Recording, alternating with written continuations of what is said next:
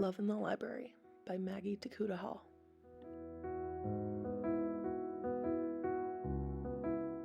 Tama did not like the desert. She brushed the dust from her eyes as she walked to the library. The barbed wire fences and guard towers cast long shadows over her path. She always did her best not to look at the guards. Tama had taken the job in the library because she liked books. She didn't know how to be a librarian, but that didn't matter. In the camps, people did the jobs that needed doing, and that was that. "Good morning, Tama," a voice boomed. It was George.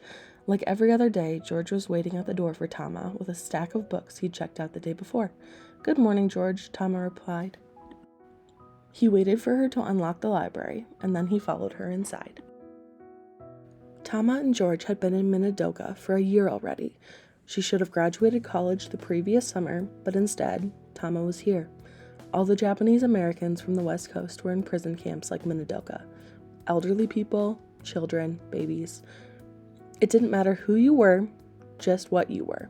And being Japanese American then was treated like a crime. And though each camp was different, they were all the same. Uncomfortable and unjust. In the summer, it was brutally hot. In the winter, it was brutally cold. Rain in the fall and spring left mud around the latrines that they all needed to use. Whole families shared single rooms. No one had privacy. Tama did not know when she would leave Minidoka, if she ever would. But there was nothing to be done about that.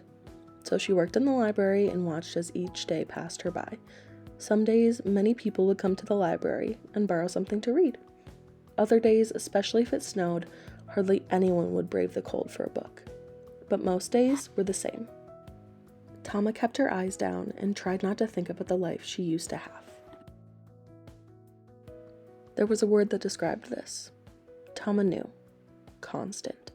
Constant questions, constant worries, constant fear. But then there was also George.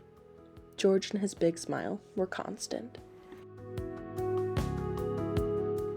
And the books were constant company, which was nice. Tama loved books.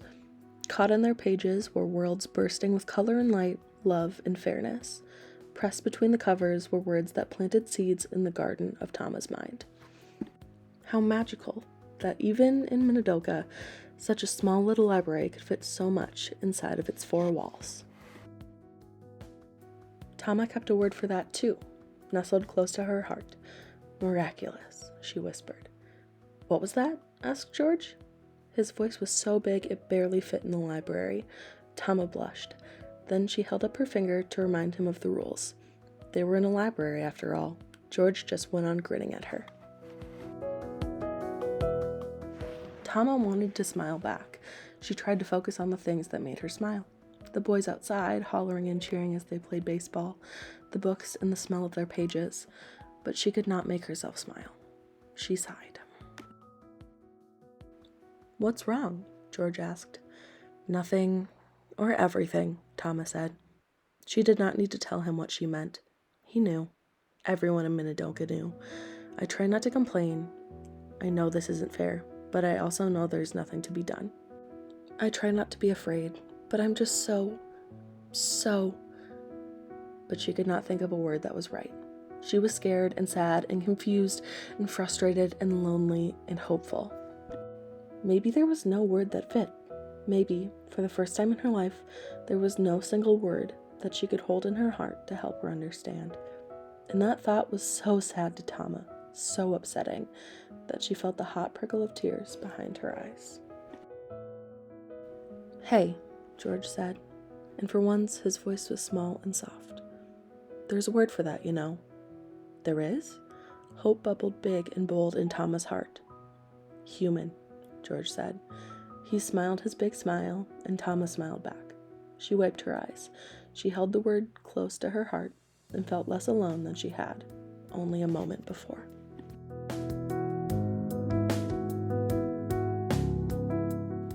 "You can't possibly be reading all those books you check out," she said. "No," he replied. "Do you see how long they are? I'm only human, you know." "So then why come every day?" She laughed, but George was not laughing.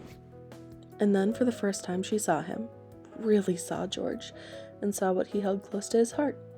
It was her, Tama.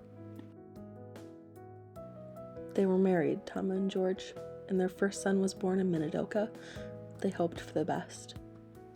Their love for their family they made was constant, even if the injustice their family was created within was constant too.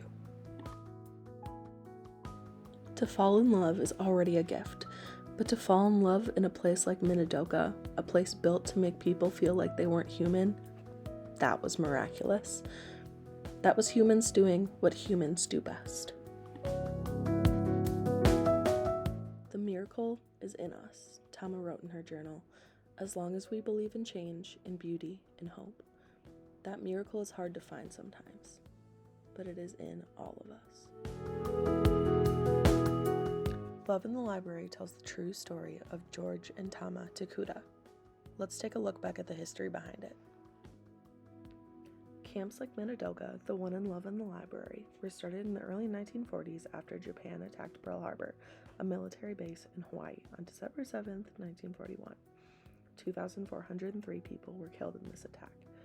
Because of this, people in the United States were scared of Japan, and President Franklin Delano Roosevelt ordered that everyone who was Japanese or of Japanese ancestry needed to go to camps, kind of like prisons, for people who were Japanese.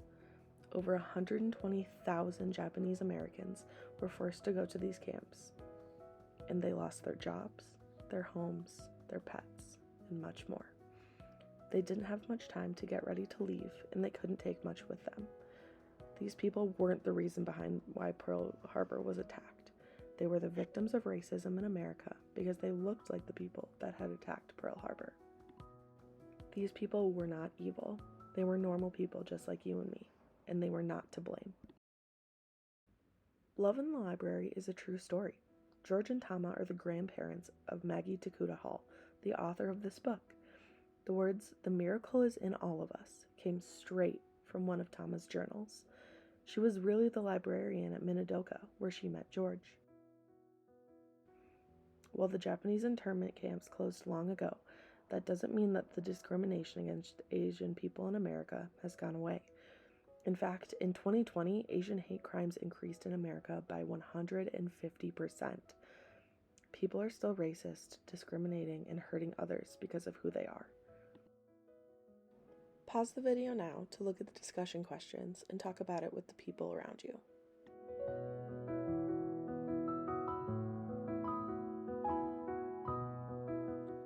Thanks for watching Kid Lit History. Do you want to learn more? There are always resources in the description below.